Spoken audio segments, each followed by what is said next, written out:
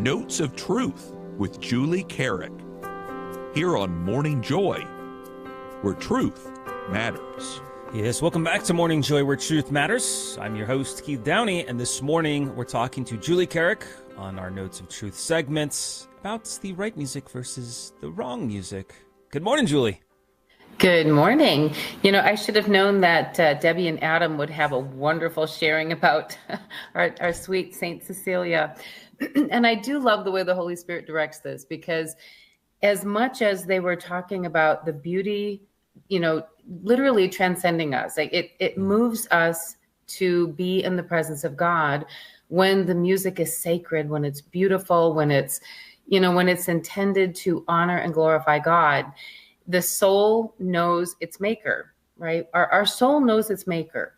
And saying that, you know, the beauty of sacred music, the music of even, you know, I know sometimes we can construe incorrectly sacred versus contemporary, because, you know, one of the things that I strive for as a composer is to write sacred music. And I don't mean traditional sacred music, but music that has a sacredness, music that truly honors and glorifies and gives the praise to God. And, you know, songs of mine like Mandukate, you know, the focus of that song is Eucharist, that we are drawn into this intimate relationship with God in the beauty of the Eucharistic embrace. One of the songs, you know, Lend Me Your Heart, that literally asks our Blessed Mother to journey with us. They're very mindful of the intent, both of the lyric and of the musical arrangement, if you will, the melody, that it doesn't become so overwhelmed with noise that you lose its focus, right? So contemporary music can indeed be sacred music.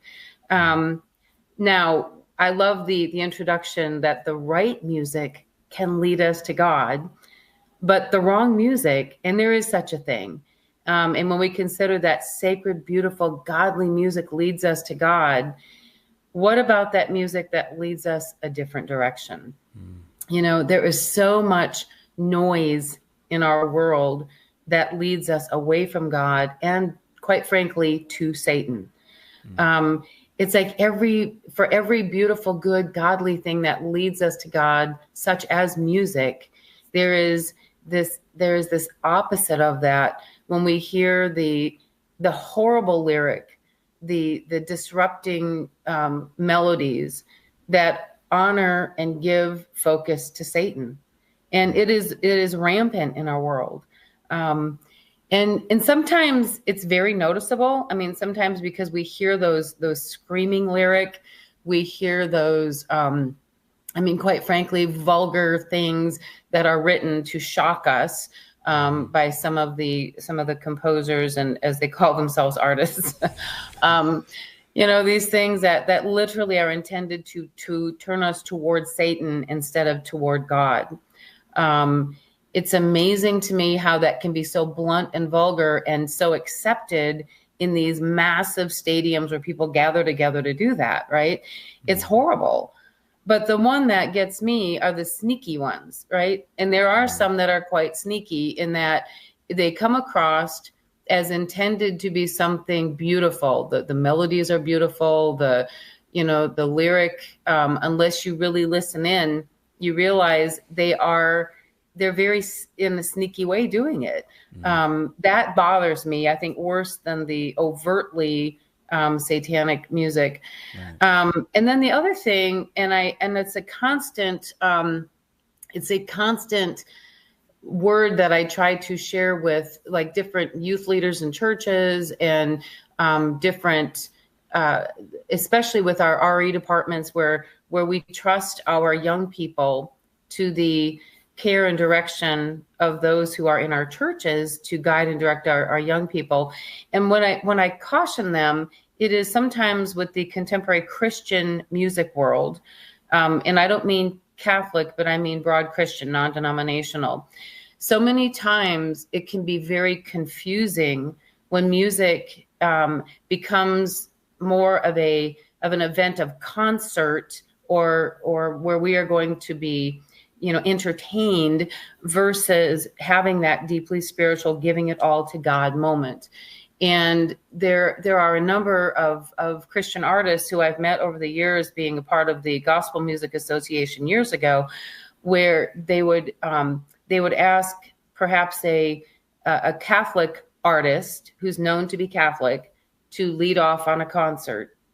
And then the non-Catholic artists who are a part of that will be very confusing, because the way the music is written, instead of it being body, blood, soul, and divinity of who Christ is in the Eucharist, it becomes a symbol.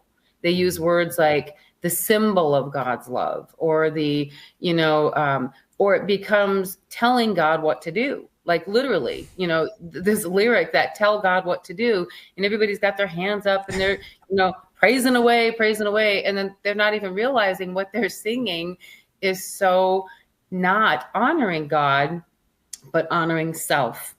And that is where I feel a lot of times we can get into trouble with the contemporary music, is if we're not very aware of what the lyric is, where it's directing us, and why it's directing us. We don't realize that we've fallen into the trap that those record labels are no different than the secular ones who are out to make a buck. And it's very easy to do when emotions run high. And let's face it, when we bring God into the picture, emotions can run high. But in what direction is that praise going? Are we praising God, or are we praising self? And, this weekend coming up is going to give us an opportunity in our churches, because we are celebrating this weekend this incredible feast, of Jesus Christ, King of the universe. Jesus Christ, King of the universe. And yet, where do the songs lead us, right? If we have those sacred pieces to Jesus Christ, our sovereign King, who is the world's salvation, those beautiful those old hymns. And then it was it's been a few years ago now. The Guadalupe Radio Network actually asked me to write a song, Victory in Christ. And so I wrote it for their Share-a-thon one year, and that the victory is not ours. The victory belongs to Jesus Christ, because he is King of the universe. And so the beauty of this proper movement of our music, that it leads us to God and not away from him. It puts our direction in the focus of he who deserves every bit of that praise, and not on ourselves. And that's one of the biggest reasons I feel that, and especially a day like today, again, Saint Cecilia, I just love her. I get a little excited about this. So she can really teach us that it does require on our part sacrifice. Years ago, I was asked by a label to sign. Like, it was a huge Christian label. They wanted me to sign a record deal with them. And I was very excited about it, because I was like, wow, this Catholic woman is actually going to be a part of this Christian music world. And it was a 3-record deal, and they were just, rolling out the red carpet. We want you to come and do this. And I was thinking to myself, what a great opportunity to share the truth of the Catholic faith in song. Like, this is going to be amazing. Until I got to Nashville, and I was sitting at the office, and we were getting ready to sign all the documents, and they slid an addendum over for me to include with the contract that we had worked through. It took about a month to work through all the details of this agreement and this contract. Here I'm there ready to sign and get to work. And the addendum was requiring 3 things of me. And in hindsight, I knew that one of them would end up being, maybe 2, would end up being negotiable. And they were very strange, and I mean very, very strange requirements. The first one was an augmentation surgery. And I'm like, what on God's green earth does that have to do with music, right? Second one, apparently God made a mistake when he made me a brunette, because they wanted me to be blonde instead. And I was like, what? Like, what is this craziness? And then when I got to the third one, as I'm reading through, it was just heartbreaking, because it was a gag order that I was not allowed to tell anyone that I was Catholic while under contract. They wanted me to claim just Christian, non-denominational. And I looked at them and I said, well, these are ridiculous. And of course, the first two are negotiable, but not the third one.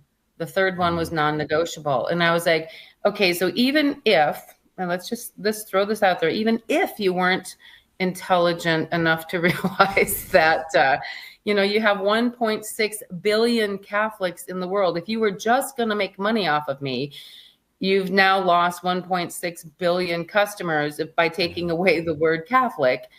But the fact of the matter is, you are wanting me to denounce the very faith founded by Jesus Christ himself in order to be good enough to be a part of your record company. And they slid a check across the table as an enticement. And this is where you can just see the hand of Satan versus the hand of God, because it's a $250,000 signing bonus. Wow. That if I signed the contract, I would do a 3-record deal, and they would, it's the dream, right? For many, many people who want to be recording artists. And I looked at him and I said, if I took that check, I would be doing this for all the wrong reasons. And they literally used the term whore of Babylon in describing the Catholic Church. And I was like, wow, this is what you're calling the Catholic Church this, and yet you're offering money for somebody to do something against what is their teaching. And I was like, so when I walked away from that, and that has been 24 years ago, when I walked away from that, I felt so correct, knowing that what God was already asking me to do would be continuing to lead his praise, to sing his praise, to draw people to him, and allow me to live, as our beautiful Bishop Olmsted had said to me many, many years ago here in Phoenix, continue to use the music that God has given you, because when you use it in the right way, you open souls to God. So keep the music going and open those souls to the good. So, yeah. How's that? Good. Wow. What a story. What a great witness, Julie. Thank you so much for sharing that. And we can catch you on We Sing Our Faith every single Saturday at 9 a.m. Central. So make sure to tune on to that at GRN Guadalupe Radio Network. But that is the end of our first hour of Morning Joy, where truth matters, this Friday edition of it. Now, we understand you probably are on your route to work, or maybe you just arrived and you can't listen or watch the remaining hour of Morning Joy. If that's the case, you can always catch us on social media. That's right. You can just search Morning Joy Radio or GRN online, and that's who produces this amazing production.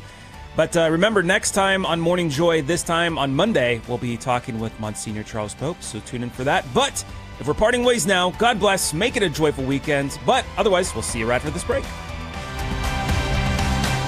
This has been Morning Joy, where truth matters, hosted by Keith Downey. Take some joy with you today. Visit grnonline.com/joy to listen again, share a segment, or answer the question of the day. That's grnonline.com/joy.